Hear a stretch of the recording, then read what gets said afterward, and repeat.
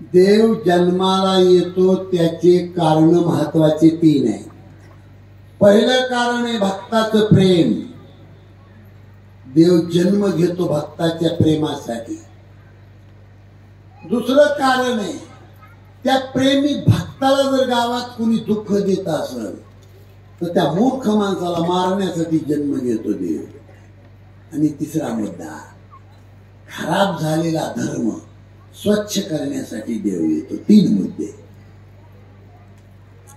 पण गोस्वामी तुलसीजींनी या ग्रंथामध्ये 5 मुद्दे सांगितले. एक एक मुद्दा पाहायचा आणि राम जन्म साजरा करायचा. पहिला मुद्दा, त्याही अगोदर एक 2 महत्वाचे मुद्दे. तुम्हाला वाटतं का देव जन्माला येईन आज पिंपळगावामध्ये?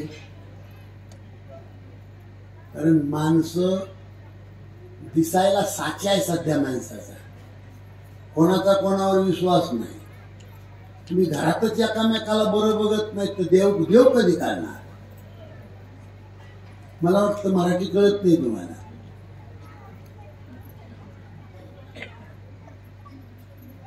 काल लग्न झालेलं पोरग कालचं हळद फिटू देत नाही तर घराच्या बाजूला होतंय.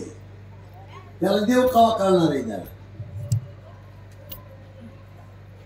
देव जन्माला आज पिंपळगावामध्ये येईन का? पहिला मुद्दा आहे. महाराज 100% पिंपळगावामध्ये देव जन्माला येणार नाही. जर राम जन्माला आले तर उद्या त्यांना राम कोण म्हणेल? महत्वाचा मुद्दा, राम जगाचा बाप आहे. पण तिथून तो इथं नाही आला तर त्याला राम कुणी उद्या म्हणणार नाही. मोठ्या माणसाचं मोठेपण हे छोट्या माणसामध्ये दडलेलं असतं. म्हणून मोठ्या माणसानं छोट्या माणसाला सोडून कधी जगायचं नसतं. इकडं लक्ष द्या. लहानपणीचे 2 लंगोटी मित्र होते. एका ताटात जेवायचे, एका अंथरुणावर झोपायचे, सोबत शाळेमध्ये जायचे. पण कालांतराने एक मित्र झाला ऊसतोडणी कामगार आणि एक मित्र झाला महाराष्ट्राचा मुख्यमंत्री. ज्याचं त्याचं दैव. लहानपणी एका ताटात जेवत होते, मित्र होते. पण एक गरीब राहिला, त्याला ऊस तोडावा लागला. आणि एक त्याचा सख्खा मित्र महाराष्ट्राचा मुख्यमंत्री. ऊस तोडणी कामगार त्या मित्राच्या मुलीचं लग्न जुळलं. गावाच्या कोपऱ्यावर छोटस घर आहे. लेकीचे मायबाप मजुरी करतात. पण वाटलं लहानपणीचा माझा लंगोटी यार मित्र आहे म्हणून पत्र पाठवलं. इकडे लक्ष द्या. ते पत्र मुख्यमंत्र्याच्या टेबलवर. ते पत्र लहानपणीच्या मित्राचं होतं. या दृष्टांतातून तुम्हाला गोपीनाथराव मुंडे जिवंत दिसते. लहानपणीचा माझा मित्र. ती चिठ्ठी छातीला लावून साहेब रडले. पिंपळगावमध्ये माझ्या मित्राच्या मुलीचं लग्न आहे. त्या पत्रात लिहिलं होतं, साहेब लहानपणीच्या आपण लंगोटी यार मित्र आहे. साहेब सुदैवाने तुम्ही महाराष्ट्राचे राजे झालात.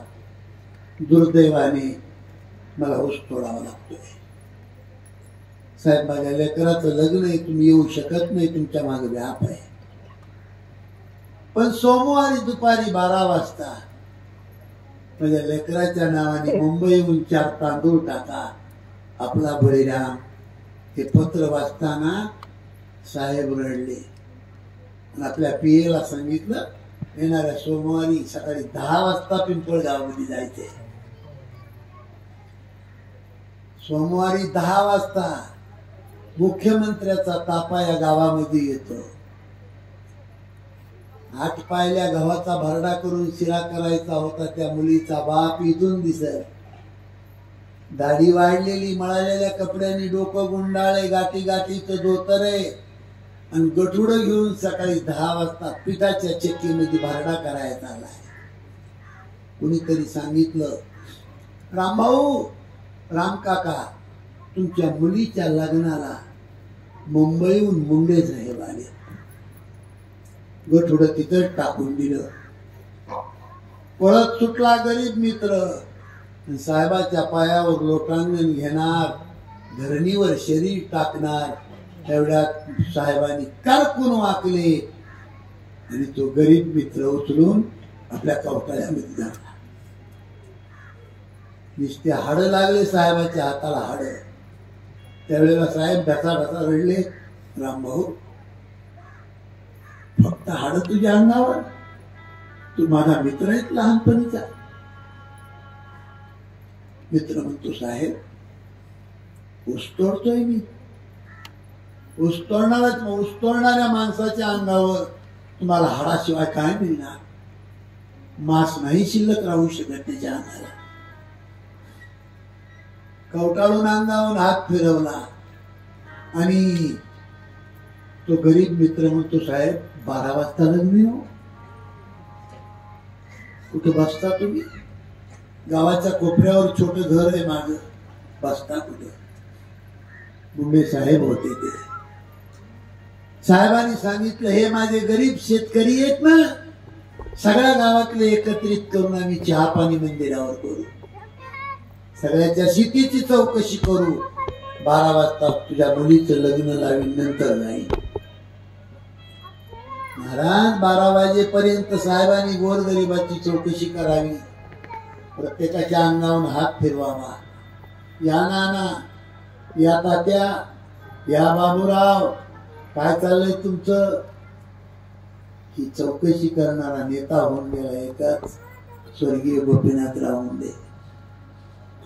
त्या गावामध्ये फाटक्या मंडप मध्ये, गरीब मंडप मध्ये उभा राहून एका गरीब लेकराच्या अंगावर वागावनी जीवन जगणारे साहेब डबडबल्या डोळ्यांनी 4 तांदूळ टाकतात. त्यावेळेला त्या मुलीचा बाप, साहेबाचा मित्र, मुलीकडे पाहून रडत नाही, साहेबाच्या चेहऱ्याकडे पाहून ढोरासारखा रडतात. काय माणूस आहे, मी कल्पना सुद्धा केली नव्हती. पण माझ्या लेकराच्या लग्नात फुपाट्यामध्ये उभा राहून साहेबांनी 4 तांदूळ टाकावे. त्याच मंडप मध्ये साहेब जेवायचं तुम्हाला. साहेबांनी सांगितलं, रामभाऊ, हे शेतकरी लिकीच्या लग्नाला आले, तुमची लेक नाही, माझी सुद्धा लेक आहे. त्या शेतकऱ्याला वाढायचं काम करू, शेतकरी जीव घालू, मुलगी वाट लावू. दोघ जण मित्र एका ताटात बसून नंतर जीव. गरीब शेतकऱ्याची पंगत बसली जेवायला. अंगावर नुसते हाड होते, फाटके कपडे होते. त्या शेतकऱ्याला वाढण्यासाठी महाराष्ट्राचा मुख्यमंत्री मुंडे साहेब वाकून ज्या वेळेला पात्रावर शिरा, कढी, भात वाढतात, त्यावेळेला जेवण करणारे, रक्ताचं पाणी करणारे शेतकरी जेवत नाहीत, साहेबाच्या चेहऱ्याकडे पाहून चर्चा करतात. नाना, काय माणूस आहे हो. तात्या, काय माणूस आहे हो. एवढा मोठा माणूस आहे, पण आपल्या गरीबाच्या ताटावर वाकून शिरान भात वाढतोय. काय मोठा माणूस आहे. कष्ट करणाऱ्या शेतकऱ्याच्या तोंडातला शब्द आहे. काय मोठ्या मनाचा माणूस आहे. याच शब्दाने माणसं मोठे होतात. म्हणून मोठ्या माणसाने छोट्या माणसाला कधी विसरू नये.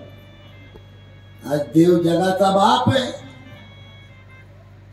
पण पिंपळगावामध्ये कष्ट करणाऱ्या शेतकऱ्यासाठी जर राम नाही आला तर उद्या आपण राम म्हणू का महाराज. म्हणून विश्वास ठेवा. आज आपल्या रामायणामध्ये 100% राम जन्माला येणार. रामाला सुद्धा वाटतंय की या हनुमंतरायाच्या पावन दरबारामध्ये माझ्या शेतकऱ्यांनी 50वा स्वर्ण महोत्सव साजरा केला, तिथं आपण सुद्धा हजेरी लावावी, म्हणून राम येणार.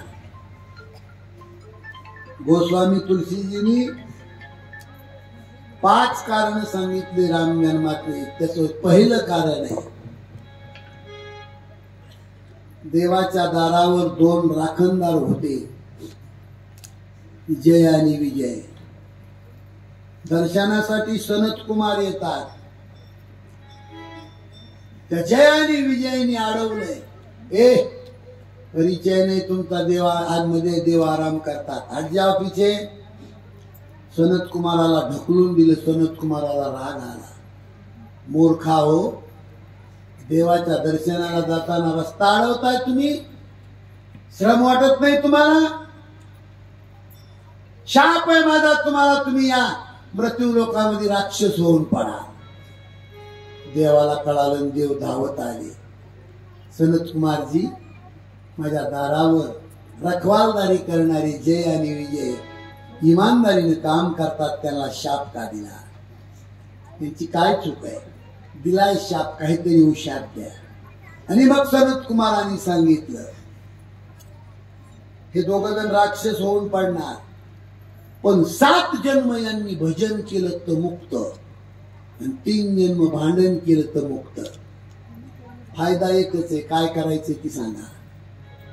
7 जन्म भजन केलं तर मुक्ती, 3 जन्म मारामारी केली तर मुक्ती. कोणतं पाहिजे? हे दोघं जण भाऊ भाऊ म्हणले एकामेकाला, हे दादा 7 जन्म भजन केलं तर मुक्त, 3 जन्म भांडण केलं तर मुक्त. फायदा तर एकच आहे. अरे मग 7 जन्म टाळ कुठल्यापेक्षा 3 जन्म मारामारी करून. बाबा भजन नाही जमत बाबा आम्हाला, आम्ही मारामारी लई मस्त करतो. सनत कुमार म्हणले तथास्तु. ते दोघं जण जय आणि विजय 3 जन्म राक्षसाचे घेतात.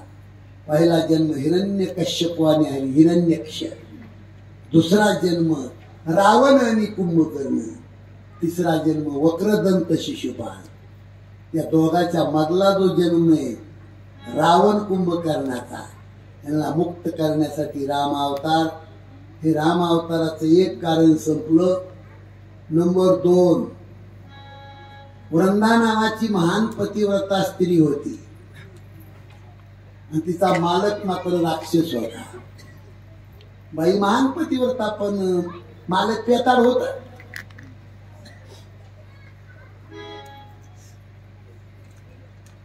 हजारो महिलांची आबरू लुटणारा तो जालंधर दैत्य.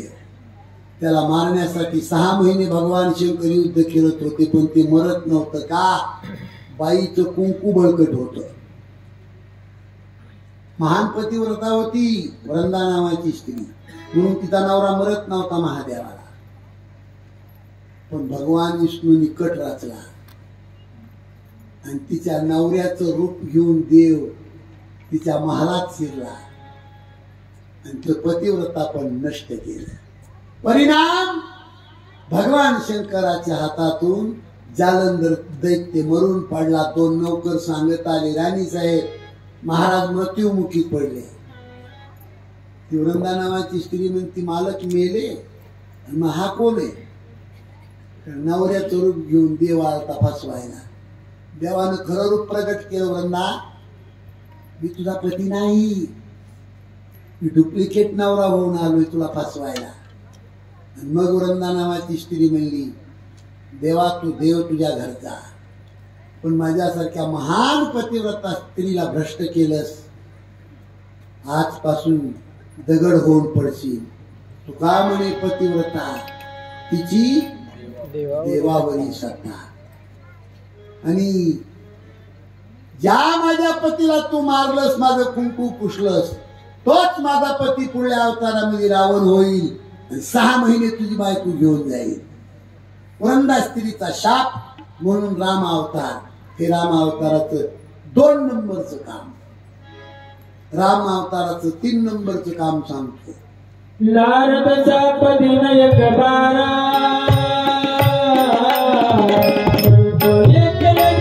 अवतारा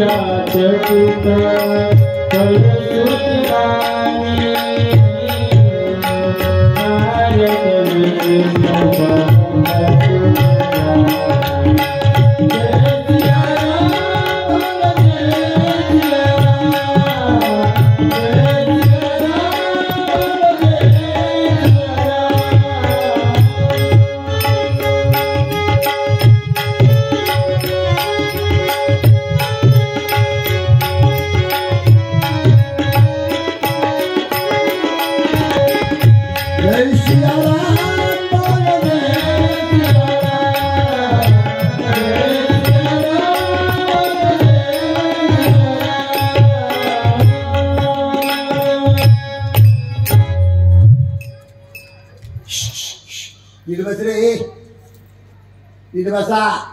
मांडी सरक माग. वळवळ केलं उठ बसा काढायला मी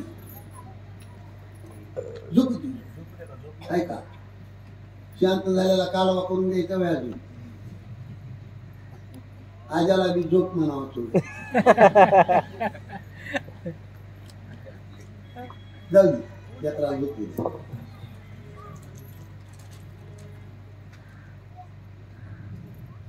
हे रामायण भगवान शंकर पार्वतीला सांगते.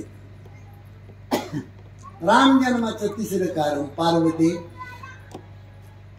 एक दिवशी नारदाने शाप दिला म्हणली देवाला.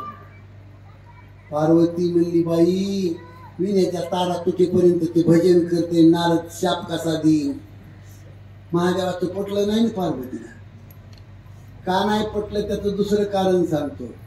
नारद पार्वती मातेचे गुरु इथं, आणि गुरुचा पतीने अपमान केला हे पार्वतीला खपत नाही. नारदाने देवाला शाप दिला, आणि कसा शाप दिला सांगा मला विचारलं पार्वतीनं.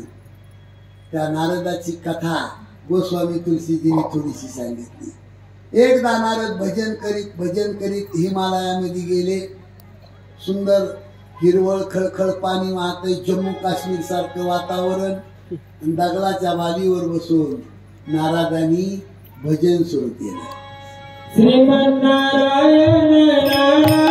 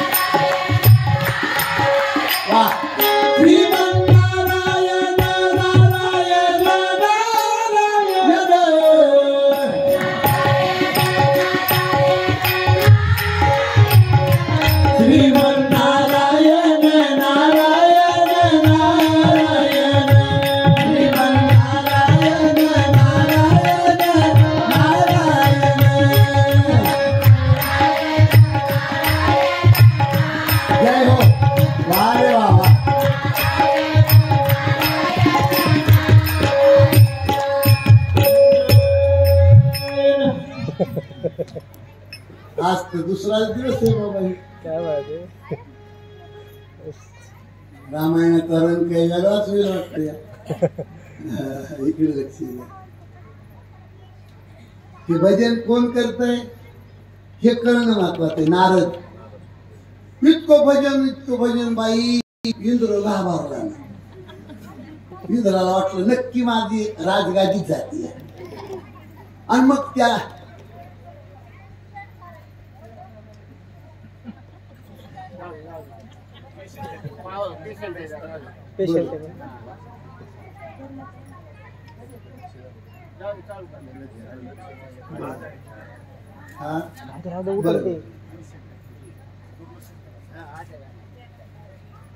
इकडे लक्ष द्या. इंद्रानी ह्या शिंदीवाल्याची समाधी भंग करण्यात समाधीला भजन करताना नारदाला इंद्राणी त्या नारदाची समाधी भंग करण्यासाठी कामदेव पाठवला, बाया नाचायला पाठवल्या, काही नेवाल्याच्या पुढे बाया वेळ कमी. अहो 1 महिनाभर बाया नाचत होत्या तरी डोळा सुद्धा उघडला नाही नारदाने. काम जिंकला आणि अपमानित होऊन कामदेव वापस गेला. आणि तिथून पुढं इकडं लक्ष द्या, तुम्ही समोरचे भावताली बघू नका. तिथून पुढे 1 महिन्याला नारदीना घेऊन उठला आणि उठला ती डायरेक्ट कैलासात महादेवाच्या समोर. नारायण भगवान शंकर म्हणले या नारदा या. नारद म्हणला काय या? तुम्ही म्हणत होते जगात काम कोणी जिंकू शकत नाही, या पठ्ठ्यानं काम जिंकला. काम जिंकला हे महादेवाला कळाले, पण काम जिंकल्याला गर्व वाढला नाही. आणि देवाला सगळ्या गोष्टी सहन होत्या, पण गर्विष्ठ माणूस चालत नाही देवाकडे. नाना साधनाच्या केल्या कटपटा, परित्यान पवतियाच्या दारवंता, जाणू जाता जाणीव घाली आडफाटा, योगाभ्यासे सिद्धी रोधिता ती वाटावो, धन्य ही आनंदाची सापडली वेळ. तुम्ही यज्ञ करा, सत्यनारायण करा, पंढरपूरची वारी करा,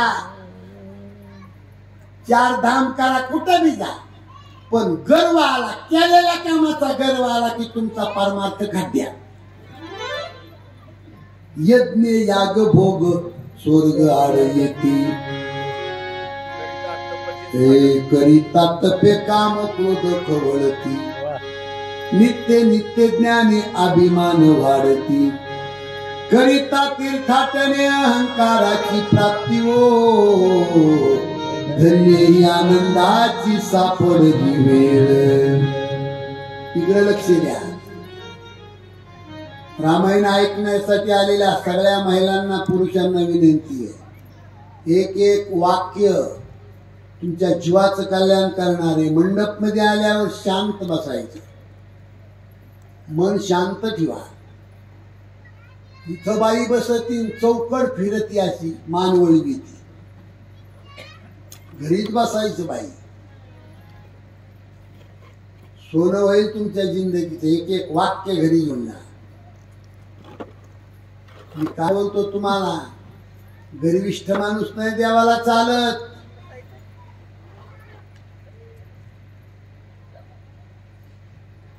काम जिंकला पण गर्व आला. या पठ्ठ्याने भगवान शंकर म्हणले इथं गप्पा मारतोस, त्या गप्पा वैकुंठात मारू नको. गेलं हे तिथं. नारायण ना भगवान विष्णू म्हणले या या या या या. नारद म्हणले काय या? तुम्ही म्हणत होते जगात काम कोणी जिंकू शकत नाही, या पठ्ठ्याने काम जिंकला. देवाला वाटला रे काम जिंकलाय माझ्या लेकरानं, पण काम जिंकल्याला गर्व लय वाढलाय. आणि देव सगळं सहन करतो, पण देवासंग जो नाटक करतो का त्याची फजितीच करतो देव. आणि मग तुम्ही लक्ष द्या. आता इथून नारद बिडाला निघाला वापस समजा घटकावर. नारदाच्या रस्त्यावर एक मायावी नगर देवाने निर्माण केलं. त्या नगरीचा राजा, त्या राजाच्या पोटी एक मुलगी तयार केली. त्या मुलगी वयामध्ये आली, तिचं लग्न. देवानं तयार केली मुलगी आणि त्या मुलीचं नाव ठेवलं विश्वमोहिनी. आणि ह्यो काम जिंकल्याला वाघ, त्या मुलीचं लग्न, मोठा मंडप, आणि त्या मंडपातून ह्या शेंडीवाल्याचा रस्ता. तो काम जिंकल्याला वाघ. परिचयाचे राजे लोक पाहिले आणि नारदाने विचारलं कशाला आले तुम्ही? त्या राजाने सांगितले नारदा काय सुंदर मुलगी आहे आणि तिचं लग्न आहे, तिला जिंकायला आलो आम्ही.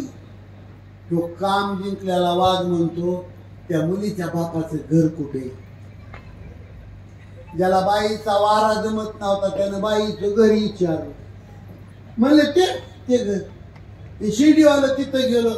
विश्वमोहिनीच्या बापाला आनंद झाला, माझ्या मुलीच्या लग्नात संत आले, या महाराज या. सुंदर गादीवर बसवलं, पूजा केली. नारदाला विश्वमोहिनीच्या बापाने विचारलं, बाबा माझ्या मुलीचं लग्न भविष्य सांगता?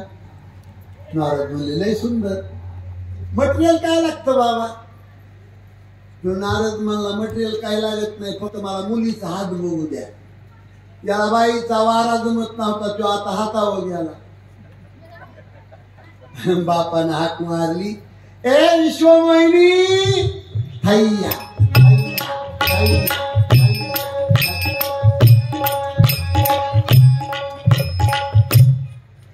विश्वमोहिनी आली. विश्वाला मोहून टाकायची ताकद होती त्या मुली. देवाने बनवलं होतं ते. तिचा हात घेतला नारदानी आणि सवास भविष्य होतं ते उलट सांगितलं. त्या मुलीचं भविष्य होतं जगाचा बाप तिला नवरा मिळणार आहे, पती. या नारदानं सांगितलं ही ज्याच्या गळ्यात हार घालील तो जगाचा मालक होईल. उलट भविष्य. जसं तुमच्या मुलीला सरकारी नवरदेव मिळणार आहे, भविष्य असं होतं. पण नारदानं कसं सांगितलं, तुमची मुलगी ज्याच्या गळ्यात हार घालील त्याला सरकारी नोकरी लागल. अहो इकडे लक्ष द्या. त्या मुलीचा हात दिला सोडून, अहो बिघाडला नारद. काम जिंकल्याला वाघ बिघाडला ना काय बघा माझ्याकडे. पटांगणाला गेला आणि मनाची मनालाच बोलायला लागले. ते पटांगणाला गेलं कसं करतो तुम्ही, माझ्याकडे लक्ष द्या. पटांगणाला नारद गेले कसा करतो.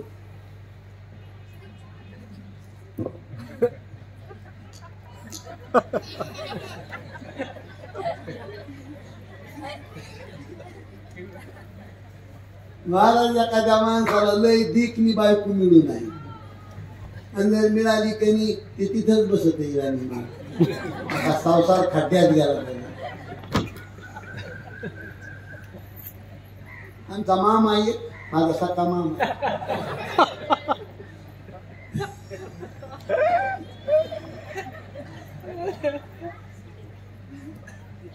जन्म गेला त्याचा, जन्म. तिनं भाकरी करायची आणि ह्यानं चुलीत लाकडं घालायचं. आता माझी मामी म्हातारी झाली, सुजली, तब्येत खराब झाली. मी म्हणलं मामाला, मामा कसं चाललंय तुमचं? म्हणला उद्धव लय बेकार झालं बा.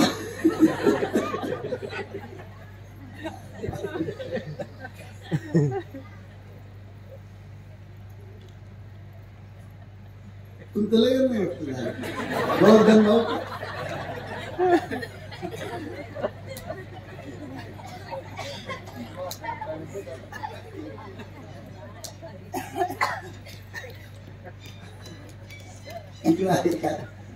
आपल्या घरच्या वेळी रामायण 7-8 रोजी लय मस्त. माझ्या कुणी म्हणला पाहिजे शिवारामध्ये रामायण ऐकायला चालायला लय मजा असते.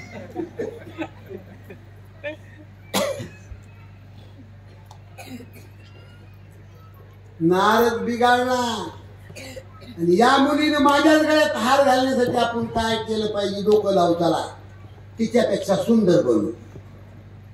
जगात तिच्यापेक्षा सुंदर कोण आहे? देव आहे फक्त. चला देवाचं सौंदर्य मागू. देवाला देवाकडे. आता कुठं ना कुणी केला येऊ. देवच तिकडून इकडं. देवाच्या रथाच्या दांड्या धरल्या. नारद म्हणतो देवा आतापर्यंत तुला काही मागितलं नाही, पण आज मागतोय. देव म्हणले मागानं काय नाही, तुझं सौंदर्य पाहिजे. देव तथास्तु म्हणले, पण मनातून म्हणले का? जीभ दाताखाली चिपली देवानं, तथास्तु म्हणले. त्यामुळं इथून खालचं शरीर देवाचं आलं आणि तोंड वाहण्याचं आलं नारदाला. नारदाचं वाहण्याचं तोंड किती गोरपान असतं तुम्हाला सांगायची गरज नाही. साऊंड सारखं काळ असतं. पण स्वतःचं तोंड स्वतःला दिसतंय का? इथून खाल्लं शरीर बघूनच नारद खुश.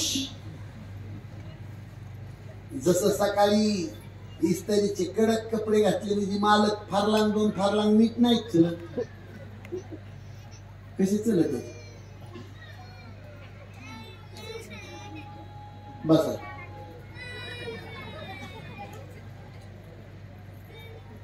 ए खाली बस. चॅनल वाला बस खाली. बस बस बस खाली बस रे. विक्षेप येतोय मध्ये. महाराज वाण्याराचं तोंड दिलं. मोठा लग्न मंडप तिथे येऊन बसलं ते नारद वाण्याराचं. स्वतःचं तोंड स्वतःला कुठं दिसतंय.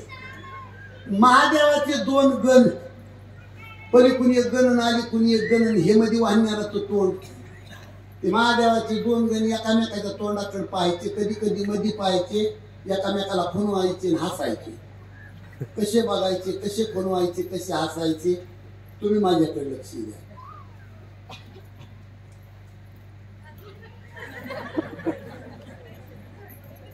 कसे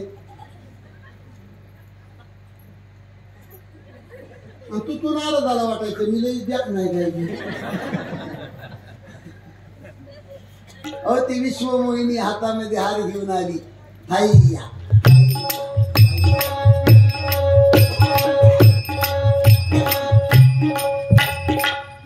लाईनी वाण्याराचं तोंड पाहिलं आणि विश्वमोहिनीने मुळका मोडला आणि गारकून माघारी गेली. पण फिरून विश्वमोहिनीने त्या कोपऱ्यात राजकुमाराच्या वेशामध्ये देव बसले होते. त्यांच्या गळ्यात हार घातला आणि उचलली विश्वमोहिनी रथात टाकली. देवाने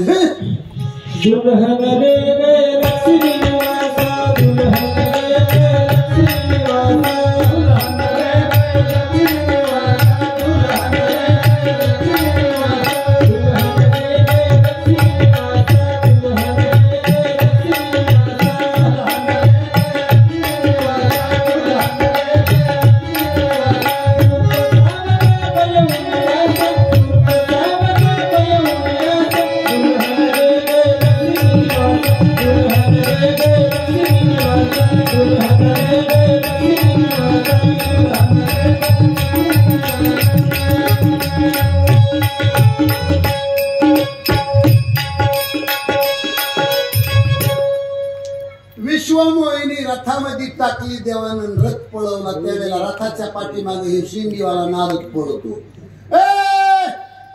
अरे उस्तू पकडो उस्तू पकडो उस्तू पकडो. उस्तू काय तू पकडो. महादेवाच्या गाण्याने इस्तूच पकड्या. आणि म्हणले बाबा तुमचं तोंड जरा आरशात बघा आधी. या काळात आरसा नव्हता. तळ्यावर गेले नारद. गुडघ्या इतक्या पाण्यात स्वतःच तोंड पाण्यात प्रतिबिंब पाहिलं. काळ खप तोंड दिसलं. मग तळ्याहून देवाला शिव्या चालू केल्या. तळ्यावर जसं एखादा म्हैस सांभाळणार शेतकरी वड्यातून नरेंद्र मोदीला शिव्या देतो. म्हैस सांभाळता सांभाळता अनुदान नाही आले.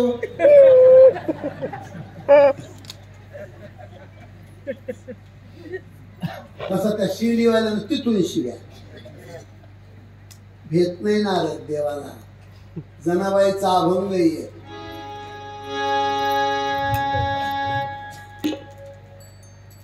पुण्यवंत पाताळ लोकीने पुण्यवंत पाताळ लोकीने धरित्री भाग्यवंत केला.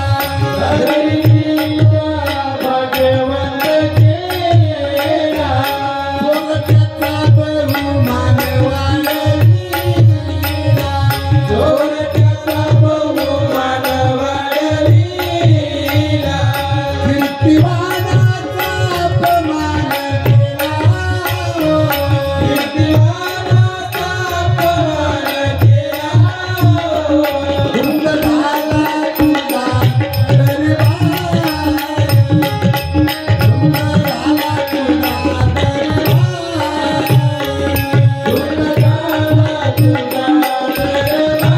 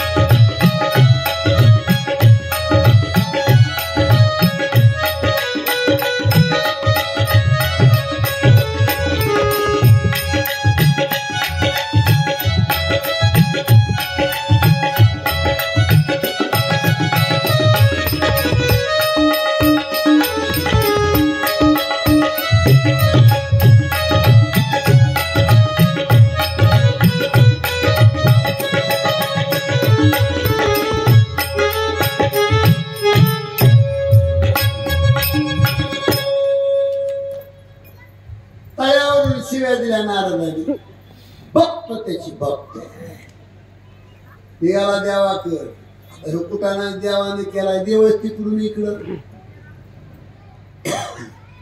देव रथात बसून आला एका मांडीवर लक्ष्मी घेऊन आला देवाने एक चूक केली ना अजून ती आता पळवलेली बाई माघारी आणावा का देवानं ती एका मांडीवर आणली माघारी त्याला म्हणायचं जाणून बुजून जखमीवर मिठवली रथाच्या दांड्या धरल्या देवाला सांगितलं देवा कपटी आहेस मूर्ख आहेस तू भळा भळा नारदाने देवाला शिव्या दिल्या त्यावेळेला मांडीवरची लक्ष्मी गरम झाली देवाला म्हणते हे कोण माकड आहे हो मागापासून तुम्हाला शिव्या देते लिंद्यावानी शिव्या खातात तुम्ही त्यावेळेला देव रडले महाराज लक्ष्मी माझा नारद आहे अगं रोज माझं भजन करते एक दिवशी शिव्या दिल्या तर काय फरक पडतो हे लक्ष्मी ज्या माणसाला वाटतंय समाजात माझा सन्मान व्हावा त्या माणसाने अगोदर अपमान खपावणं महत्वाचं आहे ज्या माणसाला वाटतंय पिंपळ गावामध्ये प्रत्येक माणसाने माझी स्तुती करावी त्या माणसाने पिंपळ गावात हजारो माणसाच्या अगोदर शिव्या पचवणं महत्वाचं आहे अपमान खपवला जातो तिथं मान मिळतो 2000 मंदिर आहेत महाराष्ट्रामध्ये आता सध्या संत भगवान बाबाचे त्याच कारण आहे सूर्यासारखं तेज होतं बाबाच्या चेहऱ्यावर ते काही नालायक लोकांना खपलं नाही म्हणून त्यांच्या अंशाला एका बाईची चोरी केली पण समाजाचा धबा लागू नये म्हणून संत भगवान बाबांनी मी 5 राम कथा केल्या खांब्या लिंब्याला बाबाच्या मावशीचं गाव आहे नारायणगडाच्या पश्चिमेला जिथं संत भगवान बाबांनी स्वतःचं इंद्रिय नष्ट केलं खांबा लिंबा मेला माणूस तो बाबाच्या सोबत दबड घेऊन गेला होता शिंपलेदार गारगूट डोंगरावून आणली होती आता आता बाबांनी गरम शरीर होतं स्वतःच शरीर नष्ट केलं रक्ताच्या चिळकांड्या लागल्या धरणीवर पडले संत भगवान बाबा जगाचा बाप प्रत्यक्षात येऊन मानाखाली हात घालतोय बाबाच्या संत भगवान बाबाला जिवंत करतो जगाचा बाप तुळसी उगवला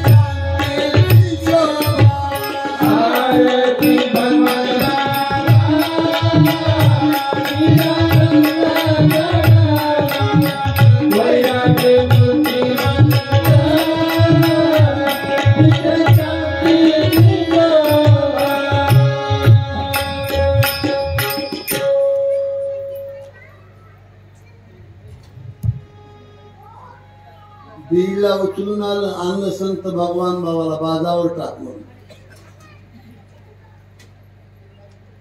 त्या खांब्या लिंब्यापासून बीड पर्यंत शरीरातलं जिथं जिथं रक्त सांडलं बीड पर्यंत जिथं रक्ताचा थेंब सांडला तिथं जगातली पवित्र वस्तू तुळस जन्म घेते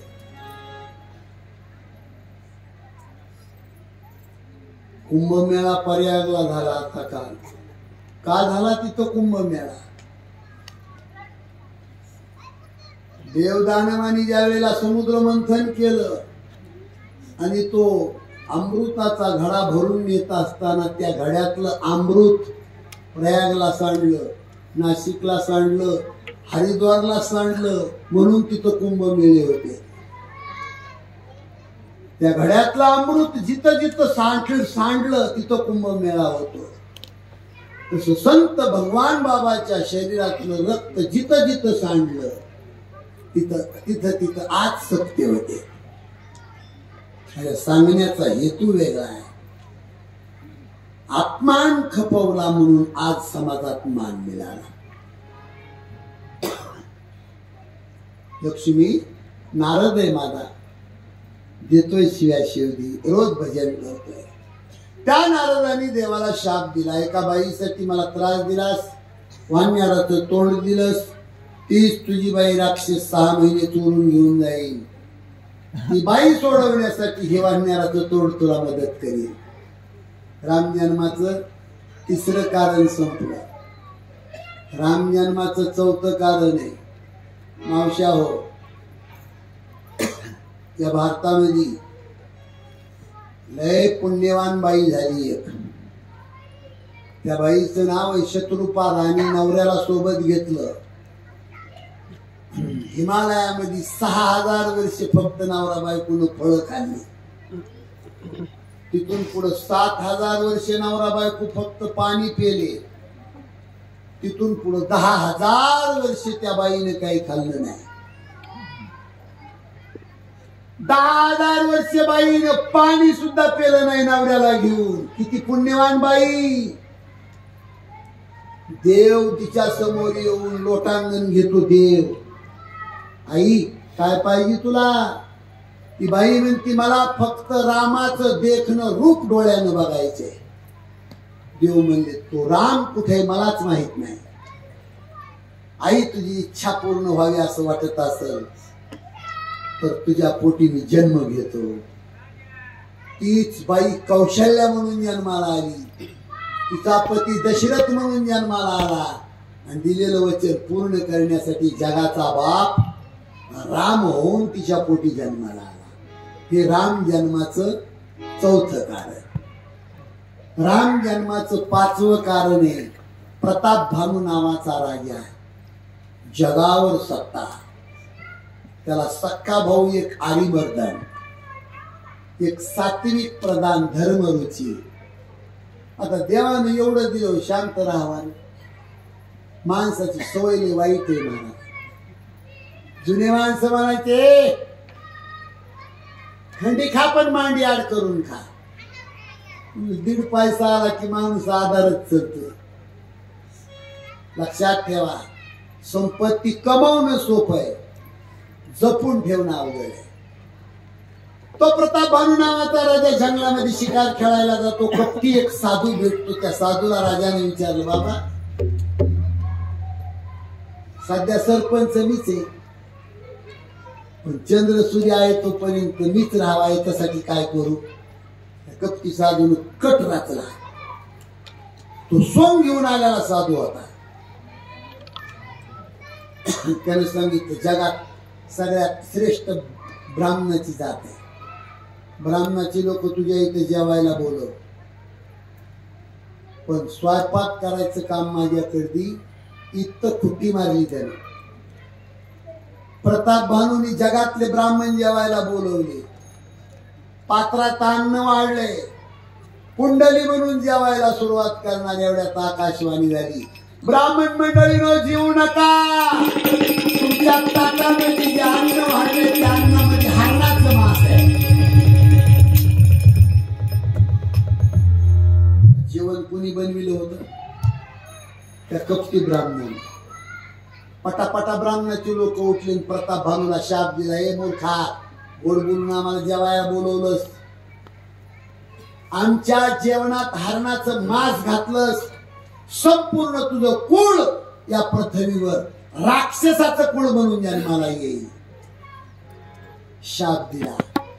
देवाने आकाशवाणी केली, प्रताप भानूची चूक नाही, उशाप द्या.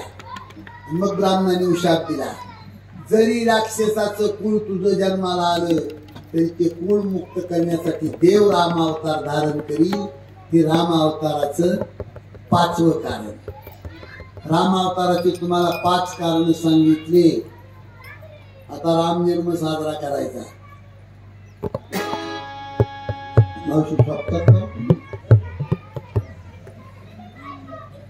डोळे झाकले होते जीवन येत जाऊ नका. 5-6 दिवस उपास धरा तुम्ही. लेकरचा काल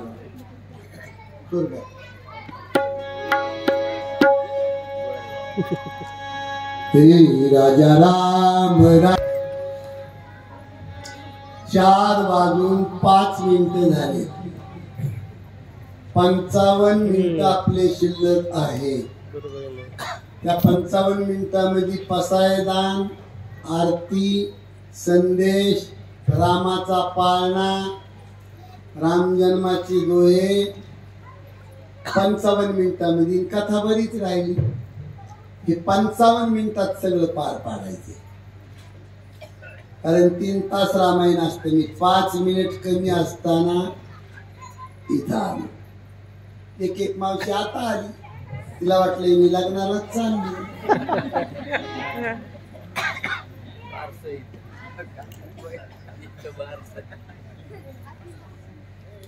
इकडं लक्ष द्या. भगवान शंकर पार्वतीला म्हणले इकडं लक्ष द्या.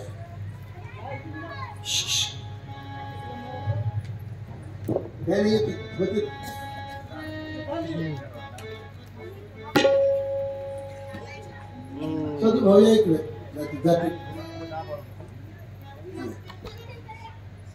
काय लेखन असतील ते या इकडे तुम्ही.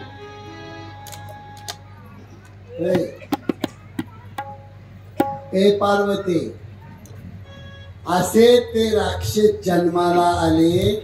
महादेवाच्या तोंडातला शब्द ऐकून पार्वती माता म्हणते पतिदेव राक्षस म्हणजे नेमकं काय, कशाला म्हणतात राक्षस?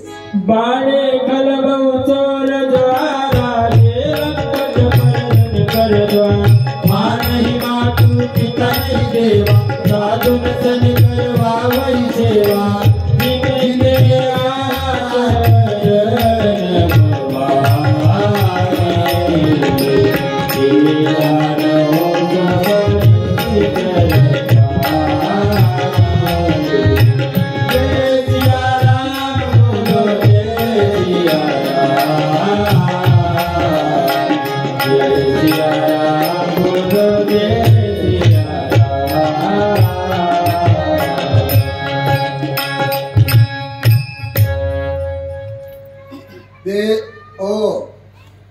खुर्चीवर बसलेली इकडे यान मंडप मध्ये दादा या इकडे बघा तुम्ही. चांगले माणसं समोर ऐकायला असले तर डोळे पुसायला कपडा लागतोय मांडीवर. माणसातली माणुसकी जागी करण्यासाठी हे रामायण कथा कीर्तन. अरे या फालतू जगामध्ये माणूस बेभान होऊन फिरतोय सध्या. कुठं समाधान नाही माणसाच्या जीवनामध्ये.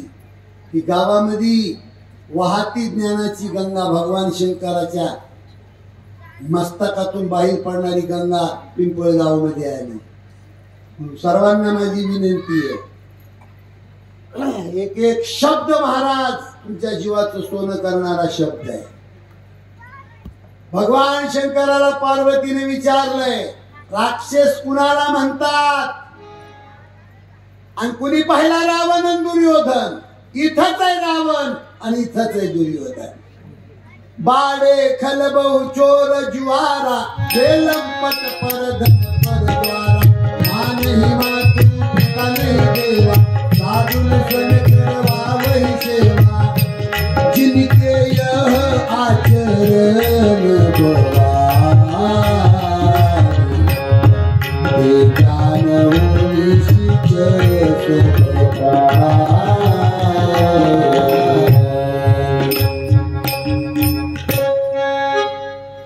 एकच मिनिट घेतो, इकडे लक्ष द्या. राक्षस कुणाला म्हणतात तुमच्या पाया पडून सांगतो. खल म्हणजे कपटी, आणि ज्या माणसाला वाटतंय माझं भलं व्हावं शेजाऱ्याच्या लेकरांनी भीक मागावी, ही राक्षसाची अवलाद आहे. जो माणूस गावाच्या येशीवर पत्ते पिशीत असेल तो राक्षस आहे. पिंपळ गावामधला असला तरी तो राक्षस आहे. जो माणूस दुसऱ्याचं रक्त मांस चुलीवर शिजवून खात असेल तो राक्षस आहे. जो माणूस बायकून मजुरी करावी आणि तिच्या पैशाची या माणसाने जाऊन दारू प्यावी, हा राक्षस आहे. हा जो माणूस जिनं 9 महिने 9 दिवस पोटात वागवले त्या माईचं तोंड पाहत नाही तो राक्षस आहे. ज्या बापाने तुम्हाला खांद्यावर घेऊन 5-5 किलोमीटर फेऱ्या मारल्या त्या म्हाताऱ्या बापाचं तोंड पाहायची तुम्हाला लाज वाटते, तो राक्षस आहे. तो कथा कीर्तनाला संताला देवाला निंदा करतो, नाव ठेवतो, तो राक्षस आहे. हे मी सांगत नाही, हे वाक्य ऐका. बाडे खल बहु चोर जुआरा, जुगार खेळणारा जो परस्त्री गमन करतो, दुसऱ्याचं धन लुटून आणतो. मान ही मातू पिता नहीं देवा, साधून करवा वही सेवा. ए भवानी माते जिनके यह आचरण भवानी, ते जान हो निशिचर सब प्राणी. असे लंकीमध्ये राक्षस उतून मातून गेले आणि खूप तपश्चर्या केली रावणाने. ब्रह्मदेव प्रसन्न झाले. रावणा काय पाहिजे तुला? रावण म्हणला ब्रह्मदेवा एकच मागतो, बोल काय पाहिजे, देणार का? आणि देतो. रावणानं मागणं मागितलं, ब्रह्मदेवा फक्त मला मरण देऊ नको. ब्रह्मदेव मला मूर्खा, मलाच मरण आहे तर तुला कसं अमर कर? ज्या दुकानात जो माल मिळतो ते दुकानदार देईल. रावण म्हणला अमर करा पण नराकून अथवा वाहण्या राखून, मरण द्या पण नराकून अथवा वाहण्या राखून. ब्रह्मदेव म्हणजे तथास्तु, माझा बाप तुला नर होऊन मारील. कुंभकर्णाकडे गेले ब्रह्मदेव, काय पाहिजे तुला माग? कुंभकर्ण इंद्रपद मागणार होता, पण इंद्रानं पटकन मीटिंग घेऊन सरस्वती नावाची बाई खाली पाठविली आणि ती सरस्वती कुंभकर्णाच्या जिभीवर येऊन बसली. त्यामुळे कुंभकर्णाची जीभ जड पडली आणि इंद्रपद म्हणता म्हणता ते म्हणून बसलं निद्रापद द्या. ब्रह्मदेव मला तथास्तु, सोजाचे मायने. हे विभीषणा तुला काय पाहिजे? विभीषणानं मागणं मागितलं, जन्म जन्म रती राम पद. या जन्मामध्ये नाही जन्मोजन्मी रामाच्या चरणाची सेवा घडावी. सज्जनानो, रावणाने काही समाज नेपाळमध्ये लावला, हिमालयामध्ये ऋषीचं टॅक्स वसूल करून आणा. खूप मारलं ऋषी मुनीला राक्षसाने. आणि मग ऋषी मुनींनी रावणाला टॅक्स म्हणून मीटिंग घेतली. प्रत्येक ऋषीने अंगाचं रक्त काढून खापराच्या माठात भरलं. जा रावणाकडे, हे टॅक्स आहे आमचं, ऋषीचं रक्त टॅक्स. या माठाला रावणाने जर हात लावला तर रावण जळून भस्म होईल, आमचा शाप आहे. आणि हा माठ जिथं पुरला जाईल तिथं 12 वर्ष पाऊस पडणार नाही. ऋषीचं रक्त माठामध्ये घेऊन राक्षस लोक रावणाच्या समोर, घ्या महाराज टॅक्स. रावण म्हणला आणा. राक्षसांनी सांगितलं महाराजाला हात लावला तर भस्म होणार तुम्ही, ऋषीचं रक्त आहे. जिथं हा माठ पुरला जाईल तिथं 12 वर्ष पाऊस पडणार नाही. जनक राजासोबत दुश्मनी होती रावणाची. तो माठ जनक राजाच्या जमिनीत नेऊन पुरला, परिणाम 12 वर्ष पाऊस पडत नाही. शतानंद गुरुदेवाकडे जनक राजे गेले. शतानंद गुरुदेवाने सांगितलं, राजा यज्ञ करावा लागेल. यज्ञात भवती पर्जन्य, यज्ञासाठी जागा निवडली. तिथं माठ पुरला होता, तिथं नांगर धरला. तो नांगर त्या माठाला आणला. त्या माठातून माठ फुटला आणि माठातून एक मुलगी जन्माला आली. त्या मुलीचं नाव सीता असं ठेवण्यात आलं.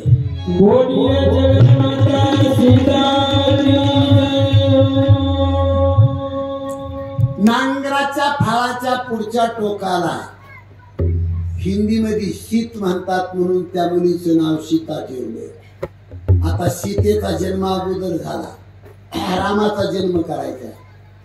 जाता जाता काही महिला एकामेकीला चर्चा करतील. रस्त्याने चालता चालता, ए भागित्रा, रामाच्या आधी सीता जन्माला आली म्हणजे का सीता रामापेक्षा मोठी असून गो.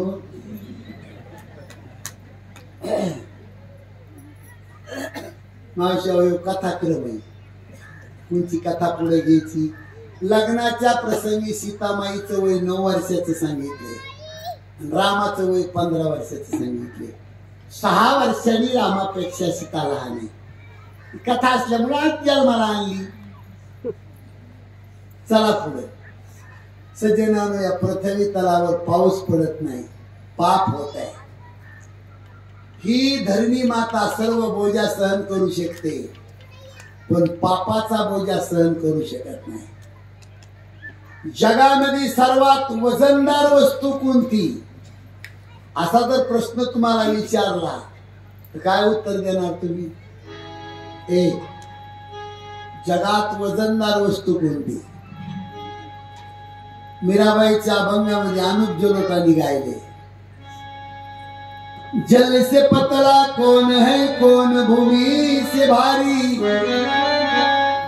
कौन आगन से तेज है कौन काजल से काली. पाण्यापेक्षा पातळ वस्तू कोणती आहे जगामध्ये? जमिनीपेक्षा वजनदार वस्तू कोणती जगामध्ये? हे लेकर आपापल्या जवळ घेत जा, रिकामी सोडू नका, शिस्त बिघडती बरं का. पशु पक्षी जनावर सुद्धा रामायण ऐकतील, इतका आनंद होतो पिंपळगावामध्ये. पण शिस्त सांभाळा. कोणत्याही मावशीने आपलं लेकरू रामायणात रिकामं सोडायचं नाही. आता 4-5 लेकरं धिंगाणा करते तेव्हा ते माझी नजर जाती का नाही तिकडे, त्याचा इफेक्ट होतो, इथं आक्षेप येतो.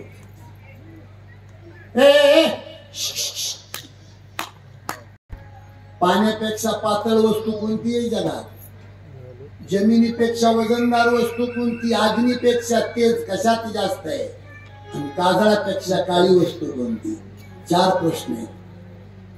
जल से पतला कौन है कौन भूमि से भारी, कौन आगन से तेज है कौन काजल से काली. काय त्याचं गोड उत्तर आहे महाराज.